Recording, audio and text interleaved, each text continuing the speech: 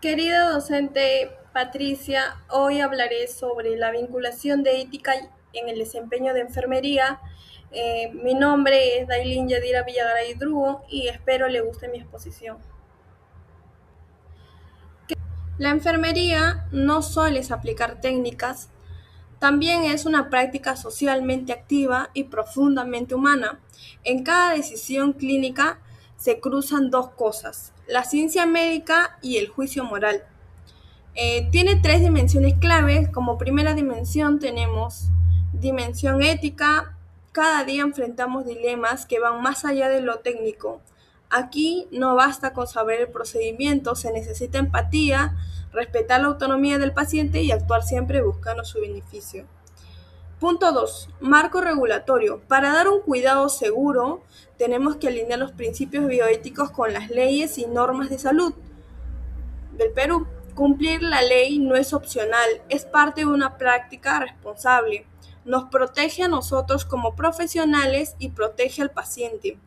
Punto número 3. Esencia humana. El cuidado va más allá de los protocolos en cada decisión. Se junta la evidencia científica con la responsabilidad moral que tenemos con las personas que atendemos. Como objetivos tenemos, con esta exposición buscamos tres cosas. Examinar cuáles son las leyes y códigos, tanto como principios éticos que rigen y delimitan nuestra práctica profesional de enfermería aquí en el Perú. Abordar, eh, abordar conflictos morales del ámbito hospitalario, como a través del análisis crítico de casos reales, para aprender a tomar decisiones responsables. Punto número 3. Implementar estrategias que nos ayuden a reducir eventos adversos y proteger al paciente. El objetivo es evitar riesgos legales y sobre todo fortalecer la calidad del cuidado. Hoy vamos a hablar sobre un tema central en nuestra profesión, el cuidado como eje deontológico de enfermería. ¿Qué significa deontología? La deontología es el conjunto de deberes y obligaciones éticas de una profesión en enfermería. El cuidado es nuestro principal deber. Enfermería es una práctica humana, no es solo una técnica, se sostiene en dos pilares: principios éticos y el vínculo de confianza que construimos con el paciente. Va más allá de lo técnico. Si solo hiciéramos procedimientos, seríamos máquinas. La diferencia es que protegemos la dignidad y la individualidad de cada persona. Por eso, se nos exige atender al paciente de forma integral, cuerpo, mente y espíritu. No tratamos una enfermedad, tratamos a una persona. El bienestar máximo, todo lo que hacemos debe estar orientado a promover el máximo bienestar al paciente. El cuidado es el núcleo científico y humanístico de la enfermería. Científico porque usamos evidencia humanística, porque usamos empatía. Sin ciencia, el cuidado es empírico. Sin humanismo, el cuidado es frío. Necesitamos ambos. Deber moral y proteger. Nuestra primera obligación moral es proteger al paciente de daños, riesgos y eventos adversos. Nuestro deber moral es promover, no solo curar, también promover la salud y prevenir enfermedades. Deber moral 3. Optimiza. Tenemos que optimizar las capacidades del paciente, ayudarlo a que sea lo más independiente posible. El vínculo de confianza es todo esto se logra si hay confianza. El paciente te cuenta lo que siente porque confía en ti y esa confianza se gana con ética. Desde tapar a un paciente hasta no explicarle un procedimiento, la dignidad no se negocia. Individualidad. Cada paciente es único, lo que funcionó para uno no necesariamente es lo mejor para el otro. El cuidado como decisión ética diaria. Cada vez que decidimos priorizar, comunicar o actuar, estamos tomando una decisión ética. Relación con la bioética. Este eje se sostiene en los 4 principios: autonomía, beneficencia, no maleficencia y justicia. Relación por la ley. Nuestro deber es cuidar. También está respaldado por la Ley del Trabajo de la Enfermera y el Código de Ética del CEP. El impacto en la calidad. Cuando el cuidado es el eje, disminuyen los errores y mejoran la satisfacción del paciente. Desafíos actuales. Con tanta tecnología y carga laboral, el reto no solo es perder el lado humano del cuidado. Como conclusión, el cuidado no es una tarea más, es la razón de ser en enfermería. Ser enfermero es asumir un compromiso deontológico, proteger y promover y optimizar la salud siempre desde el respeto, la ciencia y la humanidad. Ahora, ahora vamos a ver la base ética de todas nuestras decisiones en salud, los 4 principios de la bioética. ¿Qué es la bioética? Es la rama de la ética que estudia los problemas morales que surgen en el área de la salud y la investigación. ¿Para qué nos sirven estos principios? Como dice aquí, constituyen el marco de referencia esencial para resolver los conflictos morales en el ámbito hospitalario. El principio número 1 viene a ser la autonomía, es reconocer el derecho del paciente competente a decidir de forma libre e informada sobre su salud, tratamientos y cuidados. La clave de la autonomía, 5 acción. Ojo, dice 5 acción, no podemos presionar al paciente ni a la familia para que acepte algo. ¿Cómo se aplica? Con el consentimiento informado, explicarle al paciente en palabras claras diagnósticos, sus riesgos, beneficios y alternativas. Ejemplo de autonomía. Un paciente con cáncer decide rechazar la quimioterapia, aunque no estemos de acuerdo, debemos respetar su decisión si está informado. Principio número 2. Beneficencia es actuar siempre en pro del bienestar del paciente, promover acciones que generen el mayor beneficio posible para su salud física y emocional. La clave de beneficencia es hacer el bien, no basta con no hacer daño, tenemos que hacer acciones positivas, educar, prevenir, curar y acompañar. Ejemplo de beneficencia, enseñarle a un diabético cómo inyectarse la insulina para que tenga mejor calidad de vida. Principio número 3, no maleficencia. El famoso primero no hacer daño es el deber de no causar daño, de prevenir errores y evitar cualquier intervención que pueda perjudicar al paciente. La clave de no maleficencia, evaluar riesgos antes de actuar. Cuando nos preguntamos, ¿esta acción puede dañar? Sí, la respuesta es sí. Busquemos otra opción. Ejemplo de no maleficencia. Verificar 2 veces la identidad del paciente y el medicamento antes de administrarlo, para evitar una reacción adversa. Principio número 4. Justicia. Es el principio de equidad y trato igualitario. Asegurar una distribución justa de los recursos sanitarios y una atención libre de discriminación. La clave de justicia es dignidad para todos, no importa si el paciente tiene CIS, seguro privado o no tiene nada. Todos merecen la misma calidad de atención y respeto. Ejemplo de justicia. Es una emergencia atender primero al más grave, no al que llegó primero o al que tiene más plata. Estos principios chocan entre sí. Sí, muchas veces pasa en la familia no informa al paciente, ahí choca autonomía versus beneficencia. ¿Cuál pesa más? No hay uno más importante, tenemos que analizar cada caso y buscar el equilibrio, siempre justificando nuestra decisión. Relación con la deontología. Estos 4 principios son el fundamento de nuestro deber deontológico de cuidar. Como conclusión, si aplicamos estos 4 principios en cada turno, protegemos al paciente y protegemos nuestra práctica profesional. La bioética nos da la brújula moral, respetar, beneficiar, no dañar y ser justos. Si en eso no hay cuidado de enfermería. Ahora vamos a hablar de algo que no podemos olvidar, el marco legal y normativo que respalda nuestra práctica.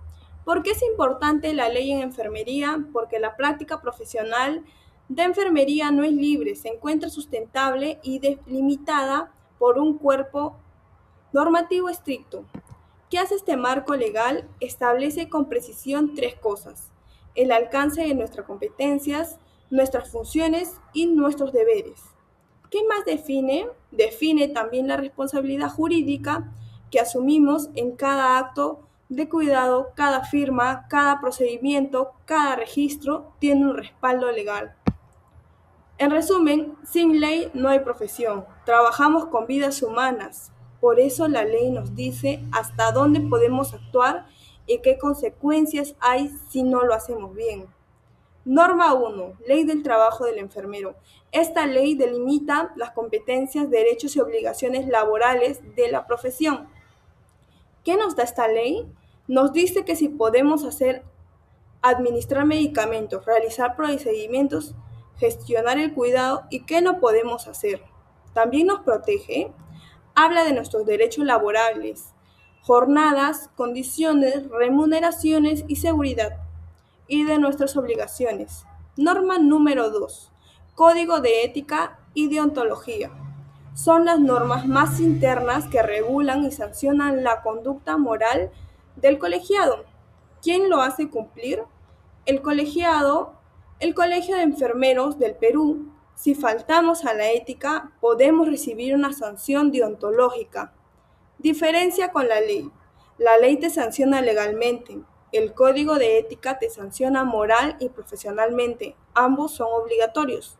Ejemplos del código: guardar secretos profesionales, tratar con respeto, no abandonar al paciente, no aceptar regalos. Norma 3. Ley General de Salud. Es el marco macronacional que ampara los derechos fundamentales de los usuarios del sistema sanitario. ¿A quién protege? Nos protege al profesional, protege al paciente, derecho a la salud, a la información, a la atención digna y a no ser discriminado. ¿Cómo nos impacta? Como enfermeros somos garantes de que esos derechos se cumplan en el hospital. Si no los respetamos, estamos fallando. Las tres normas trabajan juntos. La ley del trabajo dice qué hago, el código de ética dice cómo lo hago y la ley general de salud dice para quién lo hago. Responsabilidad jurídica. Si administro mal un medicamento, ¿puedo tener responsabilidad? Administrativa, civil, penal y deontológica. Por eso es vital conocer la ley. El cuidado seguro es igual al cuidado legal. Un cuidado que no respeta la norma no es un paciente cuidado seguro, es un riesgo para el paciente y para nosotros. Desafío actual. Muchas veces, por cargas laborales, se omiten registros, pero el registro es evidente, legal, de que hicimos el cuidado. Conclusión. Conocer el marco legal no es opcional, es parte de ser un profesional responsable. Para cerrar, la ley nos delimita, la ética nos guía y el paciente es el centro. Si actuamos dentro de este marco, damos un cuidado seguro y de calidad. Ahora en esta parte vamos a aterrizar todo lo que vimos, la ética, la ley, en un caso clínico real. Los dilemas éticos que enfrentamos a diario y de cómo nuestro desempeño profesional debe responder a ellos. El consentimiento informado, como dice aquí, es la herramienta que garantiza la autonomía del paciente. Quien da la información clínica, el médico brinda la explicación clínica, diagnóstico, pronóstico y tratamiento. ¿Y cuál es el rol de enfermería? Nuestro rol es validar que el proceso se haya comprendido, no basta con que firmen un papel. Nuestra responsabilidad es verificar que el paciente entienda la información sin coacción y que otorgue su aceptación de forma libre antes de cualquier procedimiento. En resumen, el médico informa, enfermera asegura la comprensión. Ahora veamos un clínico de autonomía versus presión familiar. Paciente adulto con diagnóstico de cáncer en fase terminal. La decisión del paciente. Él decide rechazar la quimioterapia para recibir cuidados paliativos en domicilio, es una decisión consciente. El problema es sus familiares que solicitan al personal de enfermería y ocultan información sobre el pronóstico y y persuadirlo para que continúe con el tratamiento. ¿Para qué principios chocan aquí? Choca autonomía del paciente versus beneficencia de la familia. Versus beneficencia de la familia que cree tener al salvarlo. ¿Qué dice la ley y la ética? Si el paciente es cognitivamente competente, su decisión es autónoma, tiene prioridad legal y ética. ¿Qué no debemos hacer? No podemos mentir ni ocultar información. Eso violaría la autonomía y sería falta de ética y legal. Entonces, ¿cuál es nuestro deber como enfermero? Es orientar a la familia respecto a los derechos del paciente, brindar contención emocional a la familia porque también sufren, asegurar cuidados paliativos dignos, respetando la voluntad del paciente por encima de las decisiones familiares. ¿Es fácil? No.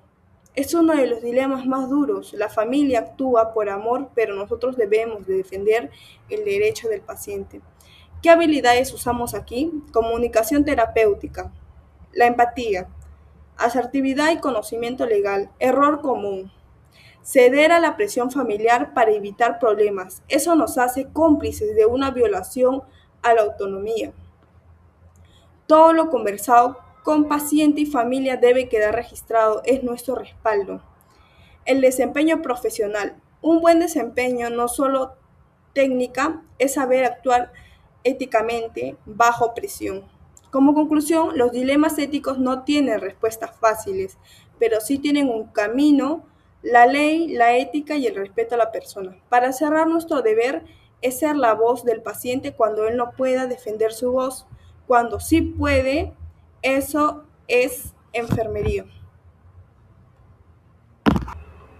En esta parte vamos a hablar sobre un pilar que sostiene la confianza de enfermería, el secreto profesional y la confidencialidad. ¿Qué es la confidencialidad? Como dice, constituye un derecho fundamental del paciente, es el derecho a que su información esté segura con nosotros. ¿Y qué es el secreto profesional? Es la obligación ética legal que tenemos nosotros como profesionales de enfermería desde el primer contacto con el paciente. ¿Desde cuándo aplica? Desde el primer minuto. No importa si solo le tomes la presión, toda la información que recibe está protegida. ¿Qué información debemos proteger? Abarca toda la información clínica, diagnósticos, tratamientos y datos personales obtenidos durante la atención. ¿Qué significa esto en la práctica? Que no puedo comentar el caso de un paciente en el ascensor, en WhatsApp, ni con otros familiares que no estén autorizados. La imagen del candado lo dice todo. Nuestra función es ser un candado para la información del paciente, custodiarla. ¿Qué pasa si la divulgo sin autorización? Es clara, constituye a una infracción grave e incluso un delito. ¿Cuáles son las consecuencias? Puedo tener sanción ética del Colegio de Enfermería, sanción administrativa del hospital, una demanda civil y hasta denuncia penal. Entonces, ¿nunca puedo hablar? Sí, pero solo hay 3 excepciones específicas donde la ley me obliga a romper el secreto. Excepción 1. Mandato judicial. Si un juez me pide la historia clínica para una investigación, estoy obligado legalmente a entregarla. Excepción 2. Casos de violencia intrafamiliar. Si detecto maltrato a un niño o adulto mayor o mujer, debo reportarlo. Es para proteger a la víctima. Excepción 3. Riesgo para la salud pública. Enfermedades, debo notificarlo obligatoriamente como el TBC, el VIH o el COVID. Debo informar a epidemiología para proteger a la población. Ojo, fuera de esas 3 no se divulga nada, ni a la pareja, ni a los hijos, ni al jefe del paciente, sin autorización firmada. Relación con la autonomía. Respetar la confidencialidad es respetar la autonomía y dignidad del paciente. Relación con la confianza. Si el paciente no confía en que guardaré su secreto, no me va a contar cosas importantes para su tratamiento. Error común. Tomarle foto a la historia clínica o a una herida y mandarle al grupo de estudios. Eso es un delito. ¿Qué debo hacer yo? Cerrar sesión en la computadora, no dejar historias a la vista hablar en voz súper baja y pedir autorización para todo. El secreto no termina cuando el paciente se va de alta, la obligación es de por vida aunque ya no sea mi paciente. Conclusión, la confidencialidad no es opcional, es un derecho del paciente y un deber nuestro. Para finalizar, guardar el secreto profesional es cuidar, porque cuidar también es proteger la intimidad y la dignidad de la persona. Dilemas éticos y desempeño profesional. Eh, que es muy actual, los errores éticos que podemos cometer con el celular. ¿De qué trata? De cómo la tecnología y las redes sociales se han convertido en un nuevo riesgo para la confidencialidad del paciente. Vemos un caso clínico. Durante el turno de noche, una profesional de enfermería toma una fotografía con su celular personal dentro del área de hospitalización. ¿Cuál era la intención? Compartirla en sus redes sociales personales, probablemente para mostrar su trabajo sin mala intención. ¿Cuál fue el error? Al momento de subirla, no advirtió que en el fondo de la imagen se identifica con claridad el rostro y el monitor de signos vitales de un paciente sedado. ¿Qué principios se vulneraron aquí? Se vulneró gravemente el secreto profesional y la privacidad digital del paciente. ¿Por qué es grave? Porque esa foto expone los datos de salud sensibles. El monitor muestra información clínica y el rostro idéntico a la persona. ¿Está permitido usar el celular para fotos clínicas? La utilización de dispositivos personales para capturar las imágenes clínicas está estrictamente prohibida y si el paciente me da permiso, aún así, los hospitales tienen políticas internas que prohíben fotos con celulares personales, deben usarse el equipo institucional y con la autorización. ¿Qué consecuencias tiene esa conducta? Sanciones administrativas inmediatas en el hospital. Puede ir desde una llamada de atención hasta el despido. Puede derivar en una demanda civil por daño de la intimidad y a los datos de salud del paciente. ¿Qué ley nos respalda? La Ley de Protección de Datos Personales y el Código de Ética del CEP. La información de salud es dato sensible. El problema de las redes sociales, una vez que subes algo a Facebook o TikTok o Instagram, pierdes el control. Esa imagen puede viralizarse y dañar al paciente para siempre. ¿Era con mala intención? Probablemente no, pero en ética y en la ley el daño se mide por el resultado, no por la intención. ¿Cuál es nuestro deber deontológico? Proteger al paciente incluso de nuestros propios errores. El celular se guarda en el locker. ¿Cómo se evita? Capacitación, conciencia y recordando siempre, si no lo haría delante de mi profesor, no lo hago con el celular. Rol de enfermería, no solo cuidar al paciente, sino también cuidar su imagen y su dignidad digital. Diferencia con el caso anterior. En el caso 1, la presión venía de la familia. En el caso 2, la presión viene de las redes sociales y del querer mostrar. Impacto institucional. Un caso así daña la imagen del hospital, genera desconfianza y puede costar millones en demandas. En la era digital, un clic puede destruir una carrera y la vida de un paciente. En conclusión, la confidencialidad ahora también es digital, lo que se sube no se borra. Para cerrar, ser profesional en el siglo XXI es saber que el secreto profesional también se guarda fuera de la pantalla. Nuestro celular no puede ser una amenaza para el paciente. Vamos a hablar de un derecho que también genera mucho conflicto, la objeción de conciencia en el personal de salud. ¿Qué es la objeción de conciencia? Como dice, es el derecho legal y ético que faculta al profesional de enfermería a abstenerse de participar en procedimientos sanitarios. ¿Cuándo puedo usarlo? Cuando ese procedimiento se opone a mis convicciones morales, filosóficas o religiosas firmemente establecidas. Ejemplo clásico. Un enfermero que por convicción religiosa no quiere participar en la colocación de un DIU en un procedimiento de aborto terapéutico, ojo, es un derecho, no un capricho, Esto respalda por la Constitución y por el Código de Ética. Tenemos derecho a que se respeten nuestras creencias, pero todo derecho tiene deberes, obligaciones del objetor. No basta con decir yo no lo hago. Obligaciones. Manifestar por escrito. Debo informar mi objeción de forma anticipada y por escrito a la institución. No puede ser el momento del procedimiento. Garantizar la derivación. Tengo que garantizar la derivación inmediata del paciente a otro colega disponible. El objetivo es evitar el abandono del paciente. ¿Por qué es importante esto? Porque mi derecho termina donde empieza el derecho del paciente, al recibir atención oportuna y sin discriminación. Ahora veamos el límite legal. Este es el punto más importante y dice jamás puede ejercerse si pone en peligro inminentemente la vida del paciente en una situación de emergencia vital. ¿Qué significa? Es una emergencia donde hay riesgos de muerte. Nadie puede objetar. Primero se salva la vida, luego se discute la ética. Ejemplo del límite. Si llega un paciente con hemorragia postparto y soy el único enfermero, no puedo decir yo objeto, debo actuar. Resumen 3. Reglas de la objeción. Si avisa antes, no durante, se deriva, no se abandona. No aplica en emergencias.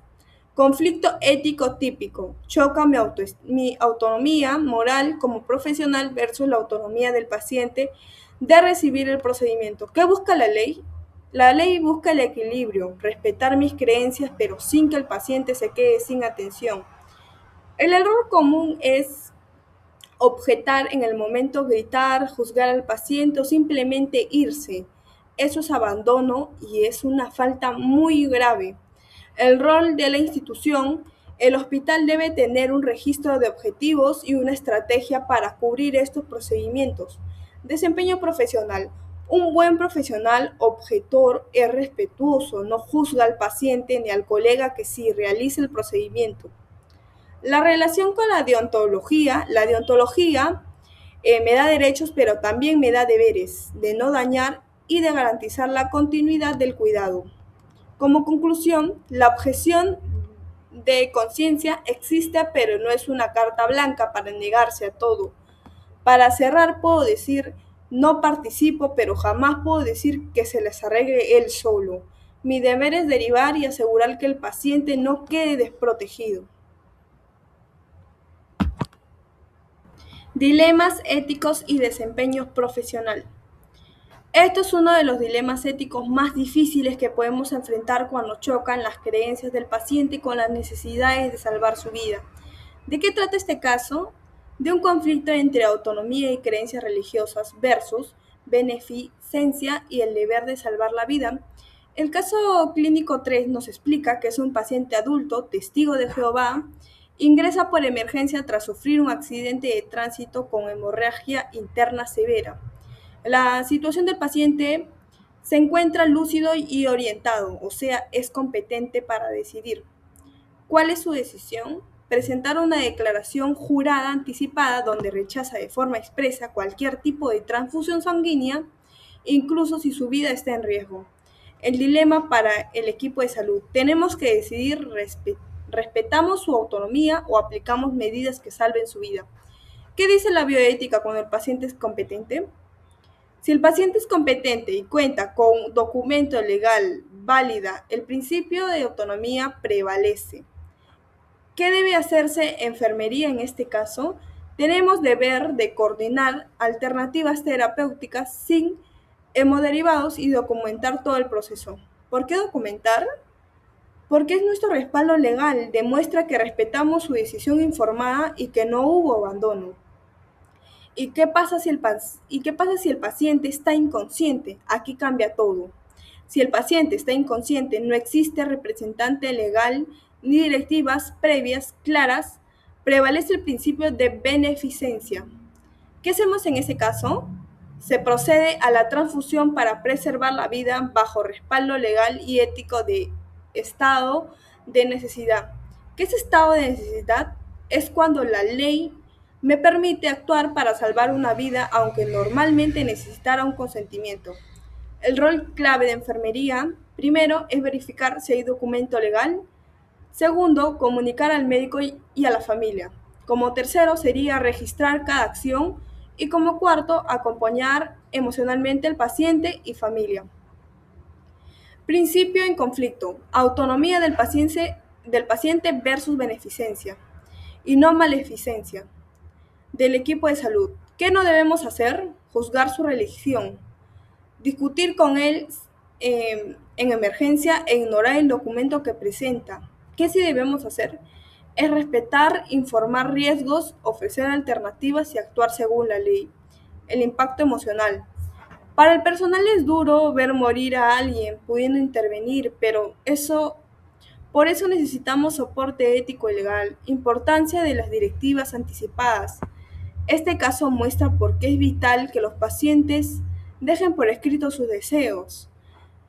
Desempeño profesional. No se trata de estar de acuerdo, se trata de actuar con respeto, ley y humanidad. Como conclusión tenemos, la ley protege dos cosas, la vida y la libertad de conciencia. Nuestro trabajo es saber cuál priorizar según el caso. Para cerrar, si está consciente y decide, respeto. Si está inconsciente y no hay documento, actúo para salvar. En ambos casos, mi deber es cuidar con ética y sin abandonar. Vamos a hablar de un tema difícil, pero muy importante en enfermería. ¿Cuándo dejar de curar para empezar a cuidar con dignidad? ¿Qué es la limitación del esfuerzo terapéutico o LED? Como dice, es la decisión clínica ética de suspender o no iniciar intervenciones médicas que resultan útiles. ¿Qué significa fútiles? Que no aportan beneficio real ni pronóstico de recuperación en un paciente con enfermedad avanzada, irreversible o una etapa terminal. ¿Cuál es la finalidad de la LED? Es evitar la obstinación terapéutica y la prolongación necesaria de la agonía. Ojo, no es eutanasia, no buscamos acelerar la muerte, buscamos no alargar el sufrimiento con tratamientos que ya no sirven. Quien toma la decisión es una decisión clínica ética del equipo médico, consensuada con el paciente y la familia. Enfermería es clave en el proceso. El cambio más grande es el enfoque del cuidado. El enfoque del cuidado en enfermería se reorienta por completo. ¿De qué pasa o qué? De ser la cura a pasar a ser la dignidad. El objetivo central ya no es curar, es dar calidad de vida. ¿Y cuál es el rol de enfermería con LED? Se centra en brindar cuidados paliativos integrales. ¿Qué incluye este cuidado? Como primero, control del dolor y otros síntomas físicos. Confort físico, higiene, posición, ambiente tranquilo. Como tercero, acompañamiento espiritual según sus creencias del paciente. Como cuarto, soporte emocional, tanto al paciente como a su familia durante el proceso de fin de vida. Dejamos de luchar contra la enfermedad y empezamos a luchar por el bienestar y la paz y la dignidad de nuestro paciente. ¿Es abandonar al paciente? No, es lo contrario, es el cuidado más humano que podemos dar, es no abandonarlo en su momento más vulnerable. Principios bioéticos que se aplican: beneficencia, hacer el bien quitando el sufrimiento; no maleficencia, no usar daño con tratamientos inútiles; autonomía es respetar la decisión del paciente de no seguir. El rol de enfermería es fundamental, somos quienes pasamos 24 horas con el paciente, detectamos el dolor, sus miedos y somos el puente con la familia y el médico. La comunicación clave. Nosotros debemos explicar con empatía qué es la LED. Muchas familias lo confunden con ya no van a hacer nada. El cuidado paliativo no es no hacer nada, es hacer todo lo necesario para que el paciente viva sus últimos días con la mayor calidad posible. Aspecto legal. Debe estar registrado en la historia clínica o con consentimiento informado del paciente o representante de nuestro paciente. El desafío emocional para nosotros como profesionales es duro aceptar que ya no hay cura, pero es parte de nuestro crecimiento personal. Importancia del trabajo en equipo. Médico, enfermera, psicólogo, asistente social y capelán, todos para un cuidado integral. Conclusión. La LED no es el final del cuidado, es el inicio de un cuidado diferente, más humano. Para cerrar, cuando ya no podemos curar, siempre podemos cuidar y cuidar con dignidad hasta el último día. Es el mayor acto de amor y ética que tiene enfermería. Vamos a hablar de Vamos a ver un dilema que se vive mucho en UCI, la diferencia entre dejar morir con dignidad y alargar el sufrimiento. ¿De qué trata este caso? Del conflicto entre ortotanasia, que es muerte digna, y el encarnizamiento terapéutico, que es obstinación. En el caso clínico 4 podemos observar un paciente con daño neurológico irreversible, está en estado vegetativo crónico y sin posibilidad de recuperación. ¿Qué está pasando a pesar del pronóstico? Se le practica maniobras de reanimación cardiopulmonar de forma repetida cada vez que presenta un paro cardiorrespiratorio. ¿Cuáles las consecuencias? Esta práctica prolonga artificialmente su proceso de muerte en la unidad de cuidados intensivos, más conocidos como UCI, generando sufrimiento innecesario. ¿Qué principio ético se está vulnerando? El principio de no maleficencia. Primero, no hacer daño.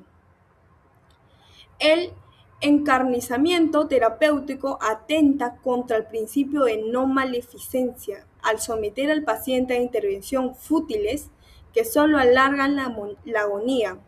¿Qué es encarnizamiento terapéutico? ¿Se han preguntado? Es usar tecnología y tratamientos que no curan, solo alargan la agonía. Es tratar la máquina, no a la persona. ¿Y qué es ortotanasia? Es lo opuesto, como dice. Acompañar la muerte de manera natural, con dignidad y sin dolor. No es adelantar la muerte ni retrasarla, es dejar que siga su curso natural sin sufrimiento. Desde la ética, ¿qué corresponde hacer? Corresponde transitar hacia la ortotanasia, suspender lo fútil y enfocarnos en el confort. ¿Cuál es el rol de enfermería aquí? Tenemos una responsabilidad enorme: liderar la gestión ante el comité de ética y el equipo médico para suspender medidas invasivas sin beneficio. ¿Qué más debe hacer enfermería? Debe asegurar cuidados de confort, respeto y acompañamiento integral del paciente y su familia. ¿Qué incluye ese cuidado? Control del dolor, su higiene, posición, ambiente tranquilo y apoyo espiritual. Y contención emocional a la familia. ¿Es esto dejar morir? No, es dejar vivir con dignidad hasta el final. Hay una gran diferencia. ¿Qué principios chocan acá?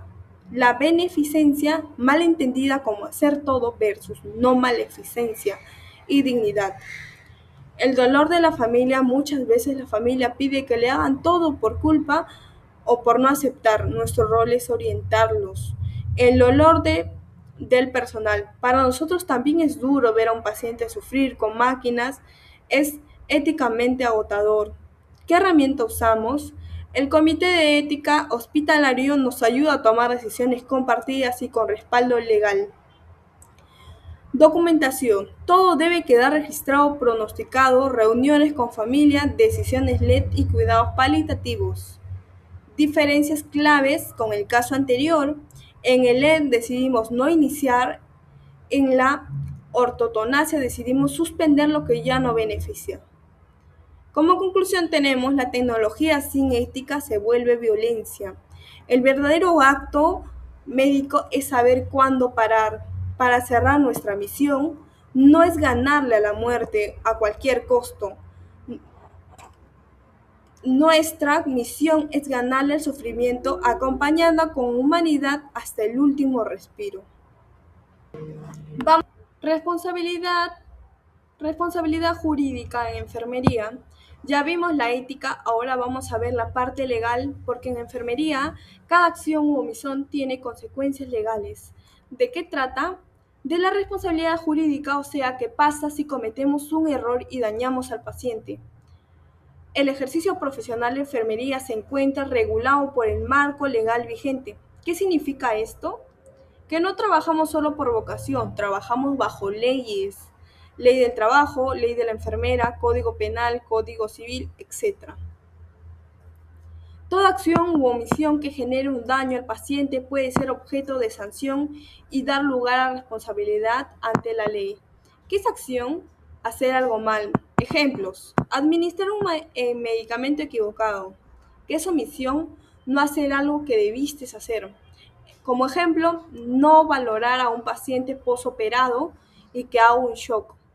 En enfermería hay tres tipos de responsabilidades. Tipo 1. Responsabilidad penal. Se activa cuando la conducta figure un delito contra la vida o la salud. Consecuencias penales de prisión o inhabilitación profesional. Como ejemplo, tenemos negligencia grave que cause la muerte de nuestro paciente. Como tipo 2 tenemos responsabilidad civil. Obliga a reparar económicamente los daños causados al paciente mediante el pago de indemnizaciones, consecuencias a pagar con dinero el daño. Ejemplo: una caída por no poner barandas, el hospital y tú pueden ser demandados. Tipo 3. Responsabilidad administrativa. Gestiona las amonestaciones, suspensiones o despidos por parte del hospital o del colegio de enfermeros. Consecuencias: llamada de atención, suspensión o despido o que te quiten la licencia. Ojo, las tres pueden darse a la vez. Puedes ir a la cárcel, puedes pagar también tu indemnización y que te suspendan la licencia por el mismo caso. ¿Cómo nos protegemos? Conocimiento, saber leyes, las normas y los protocolos, todos los registros, anotar todo en la historia clínica, lo que no está escrito no se hizo. Ética más técnica, actuar con prudencia y competencia.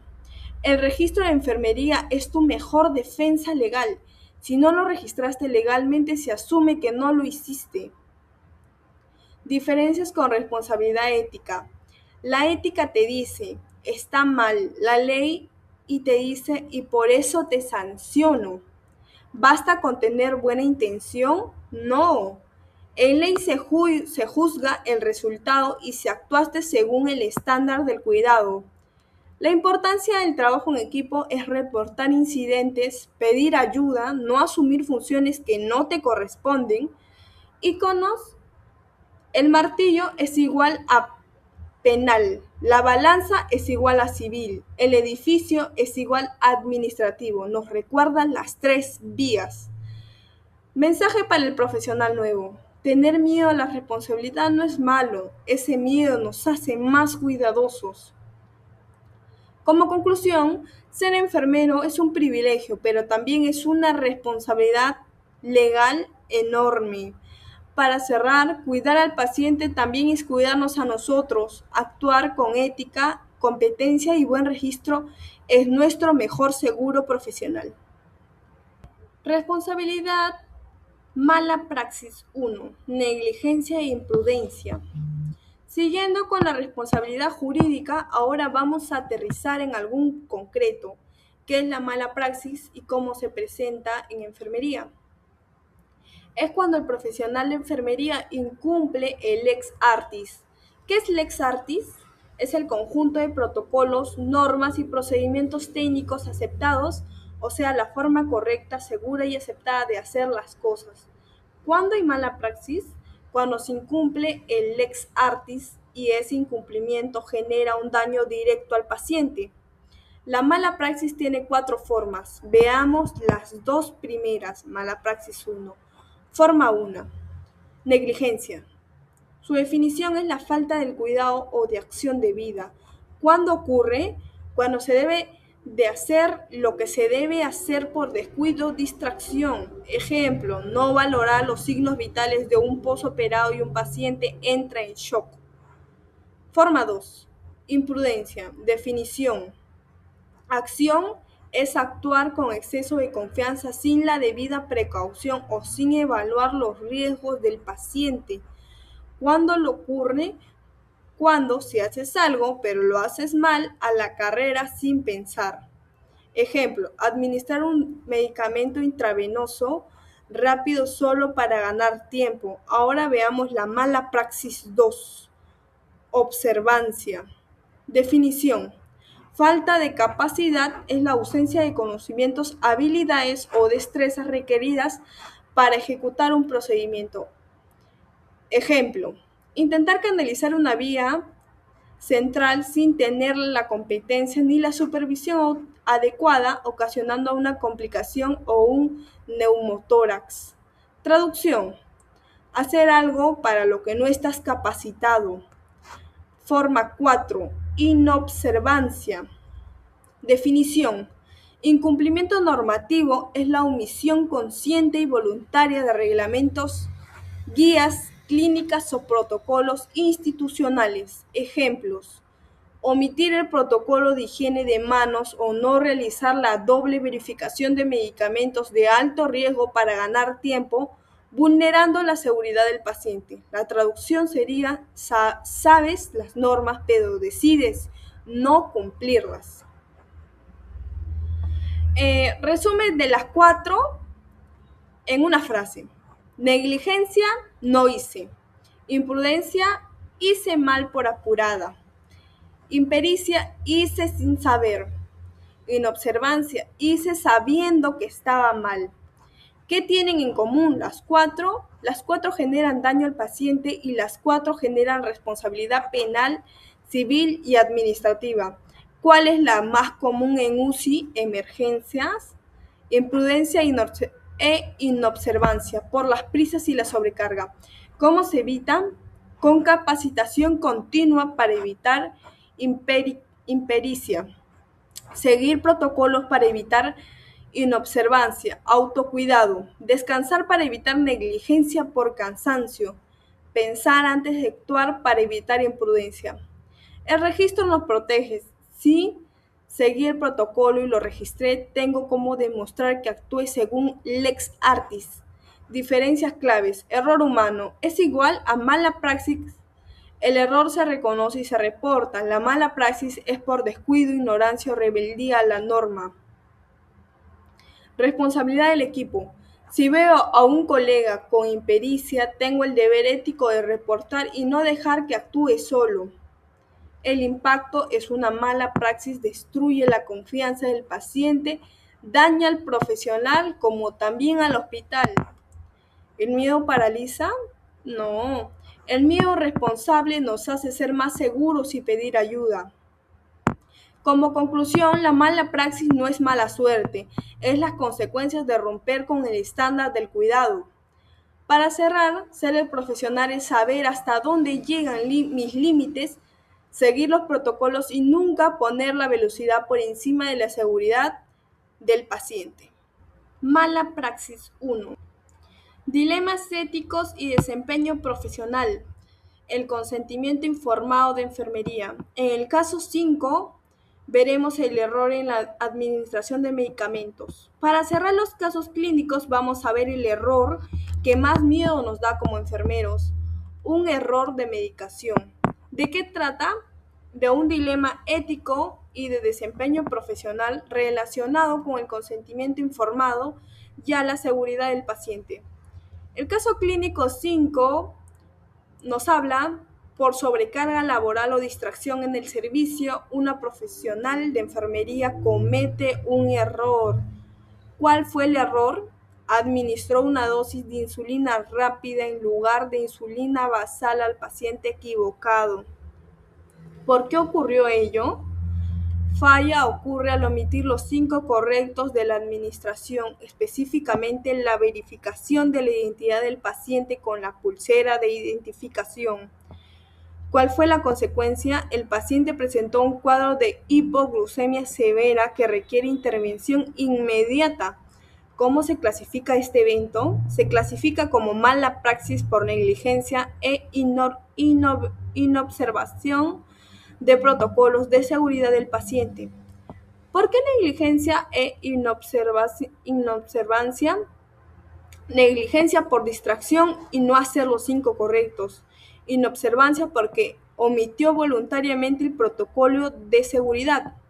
¿Qué se debe hacer inmediatamente después del error? Se activa el plan de acción, notificar al médico responsable, aplicar el protocolo institucional de hipoglucemia con administración de glucosa y monitoreo estricto de signos vitales y glicemia. ¿Qué más es obligatorio? Realizar el reporte del evento adverso en el sistema de seguridad del hospital. Documentar de forma objetiva, veraz y sin omisiones lo ocurrido en la historia clínica. ¿Qué son los 5 correctos? Paciente correcto, medicamento correcto, dosis correcta, vía correcta y hora correcta. Aquí fallaron 2: paciente y medicamento. ¿El objetivo del reporte es castigar? No. El objetivo es aprender del error y evitar que se repita. Por eso siempre se prioriza la transparencia. Principios éticos en juego, la no maleficencia. ¿Se hizo daño? Responsabilidad. Asumir el error, beneficencia. Corregir y cuidar al paciente. ¿Qué no debemos hacer? Ocultar el error, culpar a otros o no documentar por miedo. Eso empeora todo legal y éticamente. Y el consentimiento informado, aquí se vulnera la confianza, el paciente consiente un tratamiento, no un error. Por eso debemos ser transparentes con él y su familia. Factores que influyen. La sobrecarga laboral y la distracción son reales, pero no eximen de la responsabilidad profesional. Como rol de enfermería preventivo, doble chequeo, no interrumpir durante la preparación de medicamentos y usar siempre la pulsera del paciente. Cultura de seguridad. Un buen hospital no castiga el error, castiga el ocultarlo. Debemos reportar para mejorar. Impacto legal. Este caso activa responsabilidad administrativa y hasta penal sin daño grave. Como conclusión, los errores pasan. Lo que define un profesional es cómo responde ante el error. Para cerrar, la seguridad del paciente en los detalles priorizan siempre la seguridad y la transparencia con el paciente y su familia. Es el mayor acto de ética y profesionalismo que tenemos. Seguridad del paciente como deber ético. Esta slide nos dice que la seguridad del paciente es un deber ético, no solo un protocolo. Se basa en el principio de no maleficencia. Primero, no hacer daño. Para enfermería, esto se traduce en poner barreras de protección todos los días, verificar medicamentos, identificar a nuestro paciente, lavarnos las manos. En resumen, cuidar es proteger, es evitar el daño antes de que ocurra. Por eso, cada acción segura que hacemos es ética en práctica.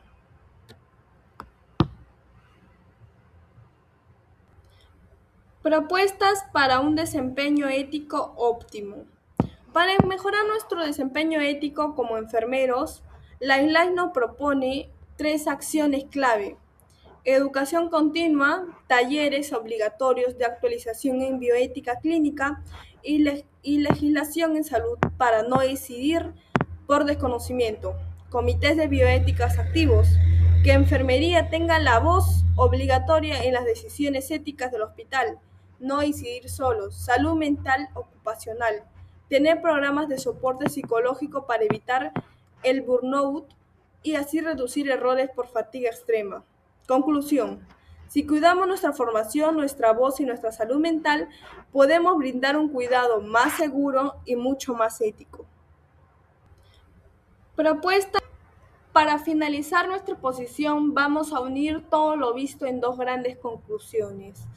Conclusión general 1. ¿Cuál es el sustento de nuestro trabajo? La bioética y el marco legal nos dice: en salud constituyen el sustento normativo y moral del ejercicio de enfermería. ¿Son solo teoría? No son solo un respaldo teórico, sino unas herramientas operativas. ¿Para qué sirven en la práctica? Sirven para orientar la toma de decisiones en escenarios clínicos complejos. Pongamos un ejemplo. En una LED, en un error de medicación, en un paciente sin familia, ahí no basta la técnica, necesitamos la ética y la ley para decidir. ¿Qué logramos al dominar estos saberes? Primero, fortalecer la práctica segura. Segundo, protege al paciente al minimizar riesgos y errores. ¿Y qué logramos para nosotros? A su vez, brinda al profesional de enfermería un respaldo jurídico que lo ampara frente a posibles implicancias legales y dilemas éticos en el sistema sanitario. Conocer bioética y ley no es para el examen, es para cuidarte a ti y cuidar al paciente cuando todo se complica. Conclusión general 2. ¿Qué no puede perderse nunca en enfermería? La PPT nos dice, ninguna meta de productividad, déficit de personal o avance tecnológico debe desplazar el componente humano del cuidado. ¿Por qué? Porque la esencia de la enfermería trasciende de la técnica. ¿En qué radica entonces? Radica en 3 cosas que menciona la slide: la calidez, la empatía activa y el respeto irrestricto a la dignidad y autonomía del paciente. ¿Y algo más? El acompañamiento ético en el sufrimiento, estar ahí cuando el paciente tiene miedo, dolor o se está muriendo. ¿Qué son estos valores? Estos valores constituyen el núcleo irrenunciable de la profesión y no puede ser negociable aunque el contexto asistencial sea adverso. ¿Qué significa no negociables? Que aunque tengamos 10 pacientes, que aunque falte personal, que aunque estemos cansados, el respeto, la calidez y la dignidad no se negocian. Conectando todo. La parte 1 nos dio de las herramientas ley más ética. La parte 2 nos recordó el corazón y la humanidad y el cuidado. El gran reto actual, la tecnología avanza, los hospitales piden productividad, pero si perdemos lo humano, dejamos de ser enfermeros. El rol de enfermería, somos el puente entre la norma fría y el paciente que sufre, por eso somos indispensables. Responsabilidad individual. Cada uno decide cada día si trabaja por cumplir o trabaja por cuidar. Responsabilidad institucional. Los hospitales también deben dar educación, comités y salud mental para que podamos cumplir la conclusión 2. Como conclusión, ser buen enfermero es dominar la técnica, conocer la ley y aplicar la ética. Para cerrar, la mejor enfermería del mundo es la que una ciencia con conciencia, protocolos con calidez y ley, humanidad, porque al final los pacientes nos recordarán qué técnica les hicimos, recordarán cómo los hicimos sentir. Muchas gracias.